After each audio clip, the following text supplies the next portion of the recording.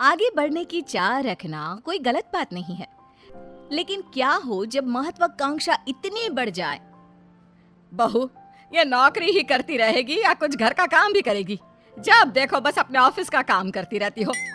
Mummy जी, आप नहीं जानती मैंने यहाँ तक पहुँचने के लिए कितनी मेहनत की है। मेरा हमेशा से सपना था कि मैं खूब पैसे कमाऊं, बड़ी गाड़ी में घूमूं और बड़े बंगले में रहूं। घर का काम तो नौकर करते हैं, जैसे आप। जैसे मैं? क्या जानती है तू मेरे बारे में? मैंने इस घर को अपने पसीने से खड़ा किया है। घर पसीने से नहीं, पैसे से खड़ा होता है मम्मी जी, जो मैं कमा रही हूँ। समझी? लंबी गाड़ी, महंगे फोन और कपड़े, ये सब चाहिए मुझे। लेकिन बहू, अगर तुम नौकरी नहीं भी करोगी ना तो भी तुम्हें ये सब चीज मिल जाएगी। मेरा बेटा सब कुछ तो दे रहा है, कोई कम पैसे तो वो भी नहीं कमाता। उसकी कमाई देखकर ही तो फंसाया था तूने, याद है ना? वरना उसके लिए संस्कारी रिश्तों की कमी नहीं थी। संस्कारी भी फेल है सरकारी वाली के पीछे। मम्मी जी, ये सब तो मैं भी जानती हूँ, लेकिन मैं ये सब अपने कमाए पैसों से चाहती हूँ, ना कि अपने पति के पैसे। और मैं भी ऑफिस जाना चाहती हूँ, काम करना चाहती हूँ।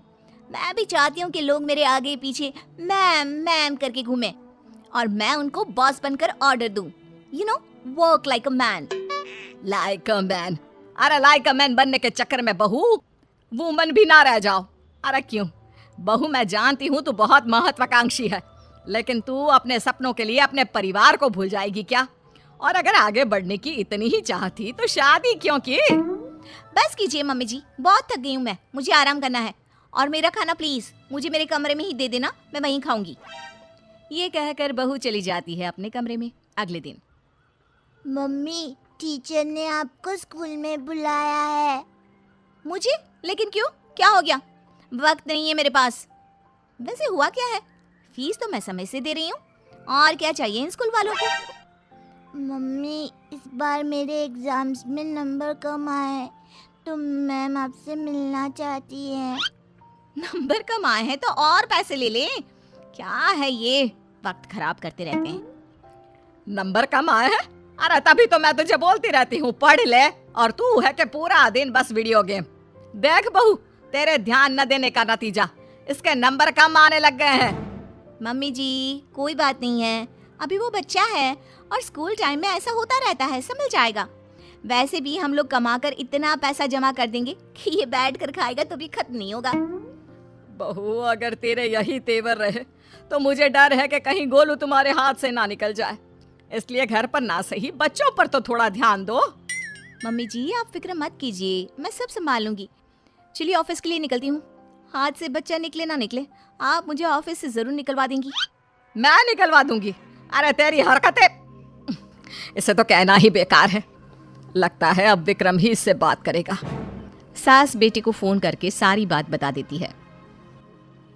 हाँ माँ, तू सही बोल रही है, आखिर हम काम तो मुन्ने के लिए ही कर रहे हैं। अगर वही ठीक नहीं निकला तो मैं बात करता हूँ उससे। शाम को बहू जब काम से घर लौटती है, मम्मी जी, अगर आपको यहाँ किसी चीज की परेशानी थी तो आप मुझसे बोलती, इनको फोन करके बताने की क्या जरूरत थी? क्योंकि तू मेरी बात सुनने को तैयार ही कहाँ होती है, तुझे तो केवल अपने काम की पड़ी होती है। मैंने अपनी परेशानी अपने बेटे को बता दी, अब वही सब यहाँ आकर संभाल सकता है। कुछ दिनों बाद बेटा विदेश से घर आता है।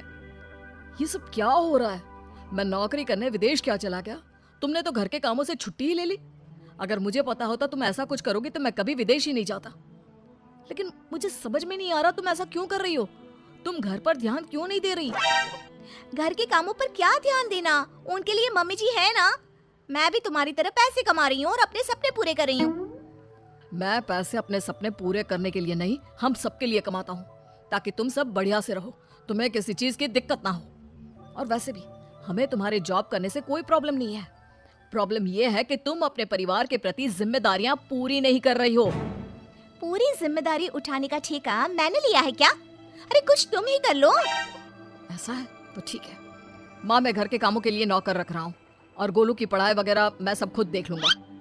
अगले दिन से घर का सारा काम नौकरानी संभाल लेती है और कभी कभी तो वो सास की देखभाल भी करती है। तूने एकदम सही लड़की को काम पर रखा है, कितना काम करती है और शिकायत का एक भी मौका नहीं देती। दिखने में भी कितनी सुंदर है। बेटा सच कहूँ तो बहुएं ऐसी ही होनी चाहिए। माँ वैसे भी ये नौकरानी नहीं है, दरअसल ये मेरे ऑफिस में ही थी, लेकिन जब मैंने इसे अपने घर की प्रॉब्लम बताई तो मेरी मदद करने के लिए राजी हो गई। दूसरों के लिए सोचती भी कितना है। हाँ माँ, मुझे नहीं पता था कि ये गीता इतना अच्छा घर का काम भी कर लेती है। वैसे माँ ये ऑफिस में भी सब कुछ संभाल लेती है, वो भी अच्छे से। बहुत महत्वाकांक्षी नहीं है, लेकिन सबको लेकर आगे कैसे बढ़ना है ये इसे अच्छी तरह पता है। मुझे इसकी सबसे अच्छी बात क्या लगती है पता है? क्या बेटा? जब मैं घर पर नहीं होता तो ये आपका और गोलू का कितना अच्छा ध्यान रखती है। तभी घर में मेहमान आ जाते हैं। ओहो, ये लोग भी ना धर्मशाला समझकर रोज आ जाते हैं। ये बोलकर वो अंदर चली जाती है। अरे आइए आइए बेटा, जरा चाय पानी लेकर आना। तभी गीता सुंदर सी साड़ी में अच्छे से चाय पानी लाकर टेबल पर रख देती है। हाय रे, आपकी बहू सही रास्ते पर आ गई। नहीं तो हमेशा हवा हवाई बनकर घूमती रहती थी। अरे नहीं नहीं, ये नौकरानी है हम लोगों के यहाँ। बेटे के ऑफिस में ही नौकरी करती है। वो क्या है ना, पैसों की जरूरत पड़ गई थी इसे, तो पार्ट टाइम में।